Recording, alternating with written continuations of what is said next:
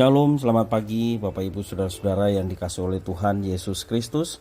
Berjumpa kembali bersama saya Pendeta Eka di dalam renungan firman Tuhan pada hari ini, hari Rabu 15 Desember 2021. Sukacita dan damai sejahtera dari Tuhan kita Yesus Kristus kiranya menyertai kehidupan kita sekalian, yang pastinya bersama dengan Tuhan kita boleh mengalami kebahagiaan. Puji nama Tuhan. Sampai pada pembacaan kita hari ini, Ayub pasal yang ke-22. Kiranya firman Tuhan memberkati kita sekalian. Dan sebelum kita merenungkan bagian yang kita baca hari ini, kita akan terlebih dahulu minta pimpinan Tuhan.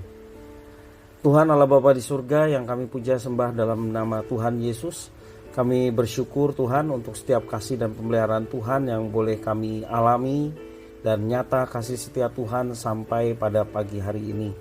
Kami mau terus mengisi hati dan pikiran kami dengan kebenaran firman Tuhan.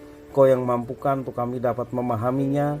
Kau juga menolong kami untuk kami dapat terapkan dalam kehidupan kami setiap hari. Terpujilah namamu Bapa, demi nama Tuhan Yesus kami berdoa. Amin. Bapak Ibu Saudara-saudara yang dikasihi oleh Tuhan, dalam pasal yang ke-22 ini kita melihat kembali pidato dari Elifas, ya, jawaban dari Elifas. Mencengangkan, di mana pidato Elifas yang terakhir ini sungguh sangat vulgar. Apa maksudnya? Elifas bagaikan seorang polisi yang memaksa dan menganiaya satu-satunya tersangka yang ada di tangannya. Sekonyong-konyong Elifas menghujani Ayub dengan pelbagai tuduhan yang entah muncul dari mana. Kita tahu jelas bahwa tuduhan itu bertolak belakang dengan karakter Ayub yang dikatakan dalam pasal pertama bahwa Ayub adalah seorang yang saleh.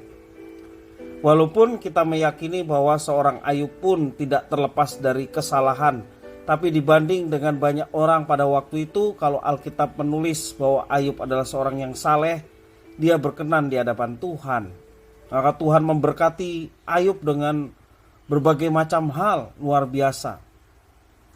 Bapak Ibu Saudara, Elifas menghujani Ayub dengan berbagai macam tuduhan. Kalau kita perhatikan contohnya dalam ayat yang ke-22 sampai 23 dikatakan, terimalah apa yang diajarkan mulutnya dan taruhlah firman-Nya dalam hatimu. Apabila engkau bertobat kepada Yang Maha Kuasa dan merendahkan dirimu, apabila engkau menjauhkan kecurangan dari dalam kemahmu.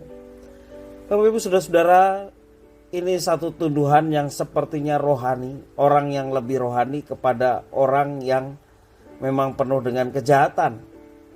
Ayub dituduh seperti itu. Sebagai seorang yang diperkenalkan sebagai sahabat Ayub, Elifas pun seharusnya mengenal siapa Ayub. Bukan menuduh semaunya sendiri tanpa dasar. Terkadang apa yang kita ketahui membuat kita tidak bisa melihat apa yang ada di depan mata. Itu yang seringkali terjadi.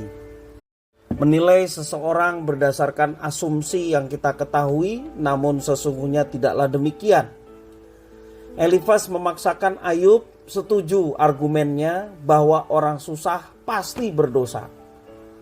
Nah, Bapak Ibu Saudara, Ayub diperlakukan seperti itu. Dia kesusahan karena keberdosaannya.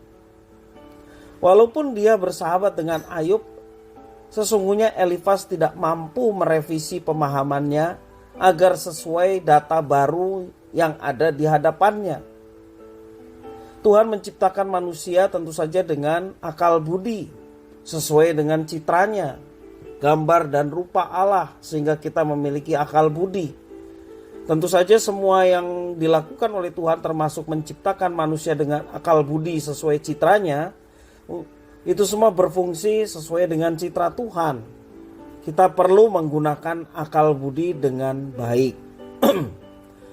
Apa yang terjadi dengan Elifas, Bildad dan Zofar adalah contoh ketidakmampuan orang menggunakan akal budinya, sehingga mereka tidak bisa menjadi citra Tuhan yang baik dalam hidup mereka.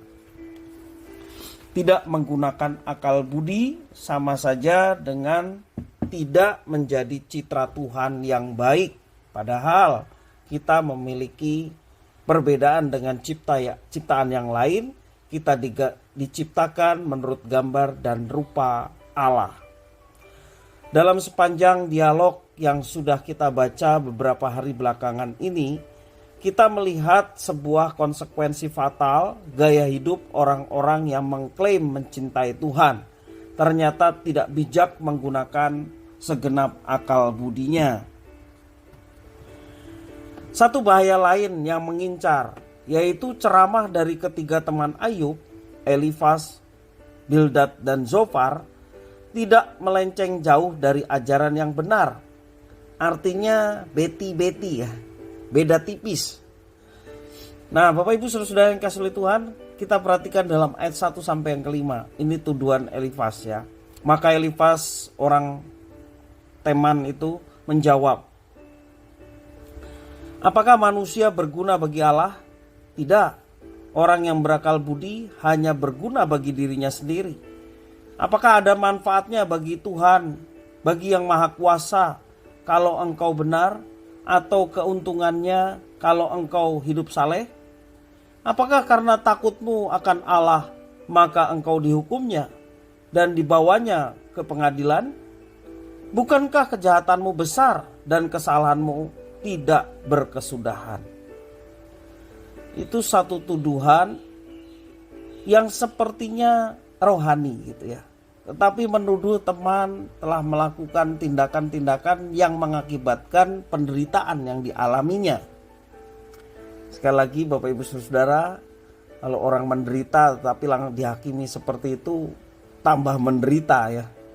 Mestinya dia dikuatkan, diteguhkan, tapi dia dihakimi. Pengajaran Elifas juga mengenai yang Maha Kuasa di dalam ayat yang ke-13 yang mengatakan, tetapi pikirmu, tahu apa Allah?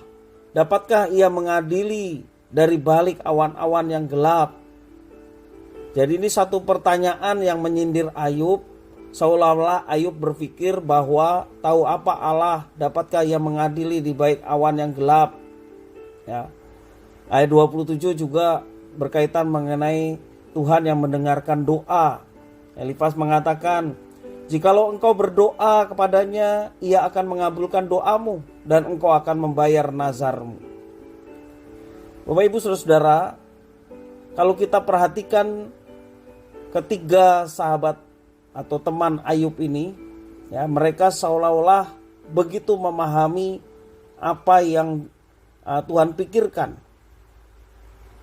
apa yang dikehendaki oleh Tuhan, sehingga yang muncul dalam kehidupan mereka adalah menghakimi Ayub seperti itu. Tetapi penerapan yang simplistis dalam kehidupan ketiga teman Ayub ini, yakni berpikir bahwa orang sukses pasti selamat, dan orang yang doanya tidak didengar Tuhan pasti punya dosa tersembunyi. Nah, mereka seolah-olah membawa diri mereka sebagai orang yang sukses dan pasti akan selamat. Sedangkan Ayub yang sedang menderita dianggapnya sebagai orang yang berdosa, ya, karena ada dosa yang tersembunyi sehingga doanya tidak didengar oleh Tuhan. Itu penerapan simplistisnya seperti itu. Semua ajaran mereka itu sesungguhnya sangat berbahaya. Karena itu butuh kepekaan dan ketelitian untuk mengenali dan meluruskan ajaran-ajaran yang beda tipis dengan iman Kristen. Nah, Bapak Ibu Saudara-saudara yang dikasihi oleh Tuhan, belakangan ini juga masih banyak hal-hal yang demikian. Orang tidak sembuh dari sakit, kemudian dikatakan bahwa kamu tidak bertobat sehingga Tuhan tidak mendengar sakitmu dan sakitmu tetap ada. Nah, orang sakit dikatakan demikian, pastilah dia akan tambah sakit. Bapak Ibu Saudara-saudara yang kasih Tuhan, jangan menghakimi sesamamu, sebab penghakiman adalah kuasa dari Tuhan. Tetapi marilah kita mengatakan sesuatu yang menguatkan sesama kita, bahkan ketika kita berhadapan dengan mereka yang menderita. Kalaupun menderita oleh karena kesalahannya, kita sebagai orang percaya menguatkan dia, memulihkan dia untuk dia tetap bersandar kepada Tuhan. Karena hanya dengan bersandar kepada Tuhan, kita boleh mendapatkan kekuatan, kita boleh mendapatkan jaminan. Yang terkhusus adalah supaya kita tetap bersandar kepada Tuhan yang memberikan keselamatan, percaya kepada Tuhan Yesus yang memberikan jaminan keselamatan. Itu yang terutama yang perlu kita sampaikan kepada orang-orang yang juga menderita, apakah sakit penyakit ataupun penderitaan-penderitaan yang lainnya, supaya mereka tetap teguh di dalam Tuhan dan meyakini bahwa anugerah Tuhan kepada setiap orang yang percaya mendatangkan kebaikan. Sedikit toleransi pada hal-hal yang prinsipil berakibat fatal, karena mereka melihat anugerah Allah yang menghidupkan, diyakininya sebagai hukum yang mematikan. Bapak, Ibu, Saudara-saudara yang dikasihi oleh Tuhan, mari kita bersyukur untuk setiap anugerah Tuhan yang sedemikian besar dalam hidup kita. Dan kita juga mau sampaikan itu kepada orang-orang yang membutuhkan, sehingga mereka pun menerima anugerah Tuhan yang mengampuni, yang memulihkan, bahkan yang menyelamatkan. Tuhan berkarya mendatangkan kebaikan bagi setiap orang yang mengasihi. Dan biarlah itu boleh kita alami dan kita juga mau bagikan kepada banyak orang, khususnya mereka yang sedang menderita, supaya mereka senantiasa dapat kekuatan dari Tuhan. Dan kita berdoa supaya pemulihan yang dari Tuhan boleh dinyatakan atas mereka yang menderita. Kiranya firman Tuhan ini boleh menjadi berkat bagi kita sekalian. Mari kita berdoa. Tuhan Allah Bapa di surga yang kami puja sembah dalam nama Tuhan Yesus, kami sungguh bersyukur dan berterima kasih kepada Tuhan yang memelihara hidup kami, juga atas firman Tuhan yang boleh kami renungkan. Kau mampukan untuk kami dapat menerapkan. Kami sungguh menghargai anugerah Tuhan, dan dengan anugerah itu kami mau menjadi anak-anak-Mu yang hidup seturut dengan kehendak Tuhan. Dan kami mau juga membagikan anugerah Tuhan yang begitu besar itu kepada mereka yang sesungguhnya membutuhkan. Walaupun banyak orang menolak, banyak orang tidak mau, tetapi kami percaya bahwa kuasa Tuhan yang mampu mengubah siapapun, apapun. Dan mereka boleh tunduk di hadapan Tuhan, mengaku Yesus sebagai Tuhan dan Juru Selamat. Tidak ada perkara yang mustahil kalau Tuhan akan mengubah hati seseorang. Terima kasih ya Tuhan, terima kasih. Inilah doa, permohonan, ucapan syukur kami atas firman Tuhan. Demi nama Tuhan Yesus kami berdoa. Amin.